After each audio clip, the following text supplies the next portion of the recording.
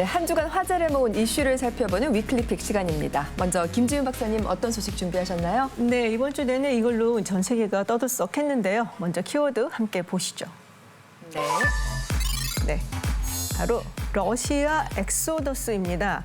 지난 22일 러시아가 군 부분 동원령을 내렸고요. 그래서 러시아를 탈출하는 행렬이 굉장히 길어졌다라는 이야기가 나왔습니다. 네. 저희 조지아 글로벌 통신원이 취재한 영상으로 함께 보시겠습니다. 지난 29일 러시아와 맞닿은 조지아 국경 도로 끝이 보이지 않는 줄이 늘어서 있는데요. 러시아에서 조지아로 들어오려는 사람들입니다.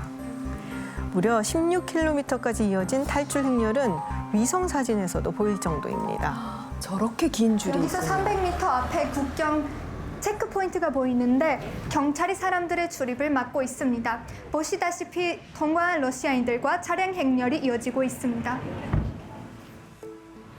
네, 극심한 차량 정체에 걸어서 국경을 넘는 러시아인도 많습니다. 육로로요. 아유, 아이도 있네요. 그리고 대부분 급하게 나온 신세다 보니까 길에서 끼니를 때우면서 버티고도 있죠. Выехали в субботу. В субботу выехали. Сегодня что у нас? Четверг. Потому что объявили мобилизацию. А мы против вообще этой войны, этих действий. 또 다른 러시아 인접국의 접경 지역도 상황은 비슷한데요. 동원령 시행 이후 일주일 동안 탈출한 러시아 사람들이 최소 20만 명이 된다고 합니다. 네, 그렇군요. 탈출 행렬이 계속되면서 상황도 시시각각 변하고 있을 텐데요. 지금 이 시각 상황은 어떨지 조지아 현지를 연결해 알아보겠습니다. 마리암 통신원, 지금 그곳의 국경 상황은 어떤가요? 네, 저는 지금 조지아 북쪽의 랄시 국경에 나와 있는데요. 전보다는 러시아에서 넘어오는 사람들이 줄어든 것 같습니다. 여기엔 두 가지 이유가 있는 것 같은데요.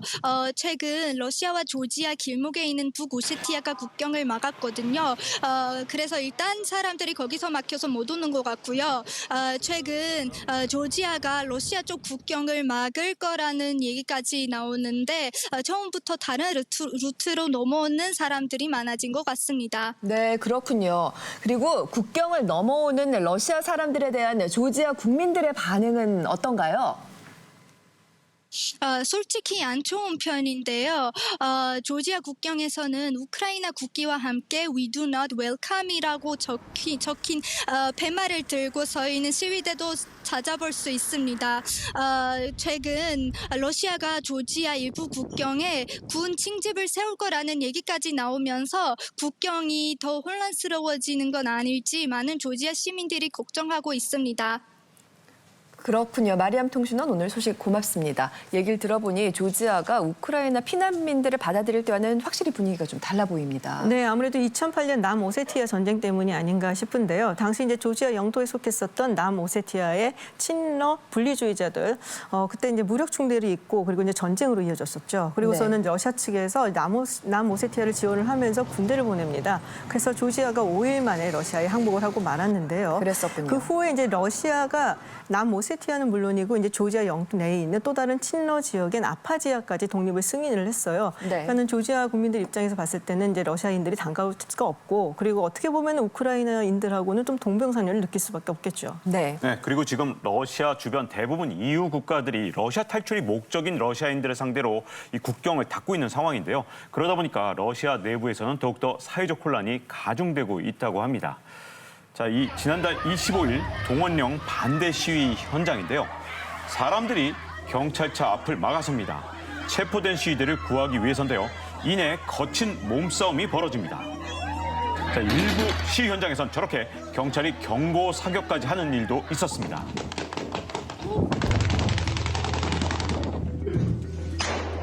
자, 징집센터에서는요, 총기 난사가 벌어지기도 했는데 범인은 이 징집에 불만을 품은 남성으로 밝혀졌습니다. 자, 러시안 언론에 따르면 징집센터가 불에 타는 일도 있었다고 하는데요. 동원령 시위가 계속되면서 러시아 내 혼란은 계속되고 있는 분위기입니다. 네. 이렇게 영상을 보니까 얼마나 러시아 사람들이 동원령에 동요되었는지 알 것 같아요. 네, 여기에다가요. 사실은 이 조건에 해당되지 않는 그런 사람들이 징집이 되면서 더욱더 논란이 커지고 있는데 네. 당초 러시아에서는요. 원래 신체가 건강한 그리고 군 복무 경험이 있는 예비군을 주로 징집하겠다. 이렇게 얘기를 했었는데 러시아의 한 언론 보도에 따르면 한쪽 눈이 실명되고 뇌질환을 앓고 있는 사람들까지 입영 통지서를 받았다 이런 보도가 나왔는데요. 상황이 이렇다 보니까 한 여론조사에서 푸틴 대통령이 사실 지지율이 80% 이하로 처음으로 우크라이나 전쟁 이하로 떨어졌고요. 네. 민심이 요동치고 있는 것은 분명한 것 같은데 여론조사가 나온 다음 날 푸틴 대통령이 잘못된 징집은 바로잡겠다 이렇게 밝혔는데 이것도 좀 연관이 있는 것 같습니다. 네, 민심에 움찔했던 걸까요? 그리고 이런 와중에 바로 어제였습니다. 푸틴이 우크라이나 4개 지역에 대한 조약 체결식을 열고 공식적으로 합병 발표를 해버렸어요. 네, 푸틴은 합병 발표 연설에서 새로운 4개 지역이 러시아에 새로 생겼다고 말하면서 주민투표가 정당했다고 밝혔는데요. 이에 서방은 강력하게 반발하고 있고요. 특히 미국 바이든 대통령은 never, 즉 절대 안 된다라는 표현을 3번이나 쓰면서 대부분의 투표가 선거위원들이 무장군인들을 대동해서 유권자 집에 직접 방문했고 그리고 투표함마저도 아주 투명하게 속이 비치는 것이었다고 말하면서 이 주민 투표 자체가 비정상적이었다고 주장했습니다. 네. 그리고 푸틴 연설에서 이번에 이제 또 한번 주목을 좀 해봐야 되는 부분이 있는데요. 이런 말을 했거든요. 러시아는 모든 수단을 이용을 해서 새 영토를 지킬 것이다. 핵무기를 먼저 사용한 선례를 남긴 것은 미국이다라는 말을 했습니다. 네, 그러니까 이번에 이제 자기가 병합을 했다라고 선언한 지역에 우크라이나가 탈환을 하려고 공격을 하게 된다면 핵무기를 사용할 수도 있다라는 이야기로 들리는 것이죠. 그래서 여러 가지로 우려가 있는데요. 네. 네, 그리고 이제 우크라이나의 젤렌스키 대통령 같은 경우는 어제 바로 나토 신속 가입 신청서에 서명을 했습니다. 앞으로 이제 어떻게 될지는 사실 좀 두고 봐야 되겠지만요. 어쨌든 이번 사건으로 인해서 좀 더 확장이 되는 것이 아니냐라고 걱정들을 하고 있습니다. 그러네요. 요새 정말 뉴스 접할 때마다 마음이 조마조마합니다. 다음 소식은 박종은 기자님이 준비하셨죠? 네, 저는 최근에 레바논에서 벌어지고 있는 사건을 준비해봤는데요. 먼저 키워드 확인해 보시죠. 네. 자, 키워드는요. 바로 내 돈 내놔입니다. 돈을 내놓아라. 무슨 이야기일까요? 네, 과연 어떤 사연인지 먼저 영상부터 보시죠. 자, 지난달 14일인데요. 한 여성이 은행에 총을 들고 난입을 합니다. 은행 직원을 쫓아가면서 돈을 내놔라 이렇게 요구를 하는데요. 강도인가요?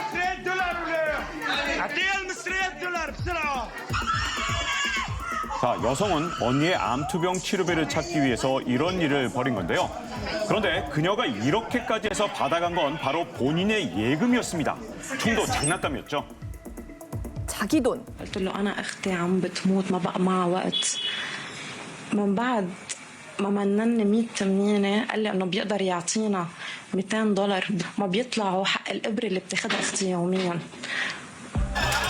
자, 최근에 레바논에서는요, 사람들이 본인의 돈을 돌려다니면서 이 은행을 점거하는 일까지 벌어지고 있는데요. 한 주에 7곳의 은행이 공격을 당한 적도 있었다고 합니다. 그 정도군요.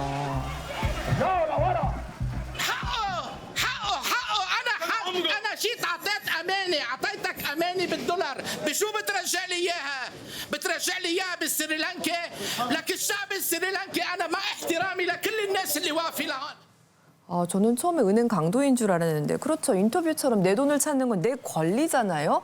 왜 은행에서 돈을 못 찾는 겁니까? 이 레바논 은행에서는요, 인출 제한 조치가 취해지고 있기 때문인데 네. 한 사람당 아무리 은행에 예금이 많아도 한 달에 최대 $400까지만 이 돈을 찾아갈 수 있습니다. 한도가 있군요. 네, 그 이유가 사실 이 레바논 같은 경우에 경제 상황이 워낙 어렵다 보니까 3년 만에 레바논의 화폐 가치가 90%가 떨어졌는데 10분의 1 토막이 났다는 거거든요. 말이 그러니까 아니네요. 네, 가치가 있는 이 달러를 찾기 위해서 하루라도 빨리 찾고 싶어 하는데 그러다 보니 은행에 몰려드는 일이 빈번하고 당국은 그런 뱅크런 사태를 막기 위해서 인출 제한 조치를 취한 겁니다. 국민들이 얼마나 불안할까 싶고요. 저희가 레바논 이야기 자주 다뤘거든요, 프로그램에서. 그런데 어떻게 된 게 소식을 매번 전할 때보다 이전보다 더 악화된 것 같아요. 네, 세계은행에 따르면 올해 이제 레바논 식료품값이 굉장히 많이 올라서 6월 기준 작년 대비로 300% 이상이 올랐다고 합니다.